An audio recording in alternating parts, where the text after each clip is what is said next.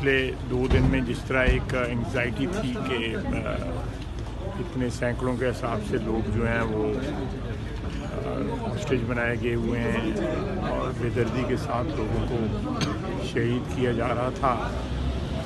میں سمجھتا ہوں کہ پاک فوج نے، ہماری افواج نے جو کردار ادا کیا ہے وہ ہماری تاریخ میں اس کی مثال نہیں ملتی کہ بڑے منیمم لاس کے ساتھ جو ہے جو جانیں جو ہیں جو لوگ شہید ہوئے ہیں ان کا بے شمار دکھ ہے ہمیں، لیکن منیمم لاس کا اندیشہ تھا کہ لاس اس سے زیادہ ہو سکتا ہے، تو بڑے منیمم لاس کے ساتھ تمام دہشت گردوں کو مار دیا گیا، واصل جہنم کیا گیا، اور بچوں کو، بزرگوں کو، فیملیز کو، دوسرے جو مسافر تھے ان کو وہاں سے ریسکیو کیا گیا.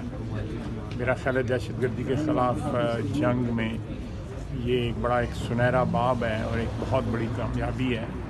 ہماری افواج، ہماری حکومت، پاکستان کی عوام جو ہے ان کا یہ مصمم ارادہ ہے کہ ہم دہشت گردی کو، چاہے وہ افغانستان میں کی طرف سے کے پی میں آ رہی ہے یا ہندوستان اور افغانستان کی طرف سے بلوچستان میں آ رہی ہے، اس کو جڑ سے اکھاڑ کے پھینک دیا جائے گا اور ان کو نیست و نابود کر دیا جائے گا. اس میں خاص طور پہ ابتدائی تحقیقات کیا ہیں اب تک؟ کون ملوث ہے؟ کیونکہ رابطے جو ہیں اس سے بھی کچھ چیزیں پکڑی گئی ہیں. دیکھیے، میں اب اگر کوئی انٹیلیجنس رپورٹس ایسی ہیں تو میں میڈیا کے سامنے تو نہیں ہے ان کے اوپر جو ہے کمنٹری جو ہے نشر کروں گا.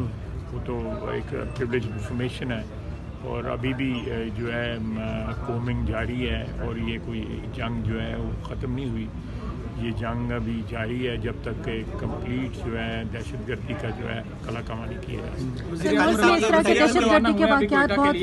تو آپ کیا سمجھتے ہیں کہ کوئی بڑا آپریشن جیسے رد الفساد یا ضرب عظم اس طرح کا کوئی آپریشن کوئٹہ میں ہونا چاہیے؟ یہ تو میٹنگ جو ہوگی، اعلیٰ قیادت کی میٹنگ جب ہوگی تو اس میں یہ فیصلہ ہوگا. ابھی تو کوئی فیصلہ نہیں ہوا، لیکن وہاں پہ ہو سکتا ہے کوئی میٹنگ ہو جس میں تبادلہ خیال ہو چیف منسٹر کے ساتھ، بلوچستان کے ساتھ، جن کو ساری سچویشن کا جو ہے فرسٹ ہینڈ سارا علم ہے.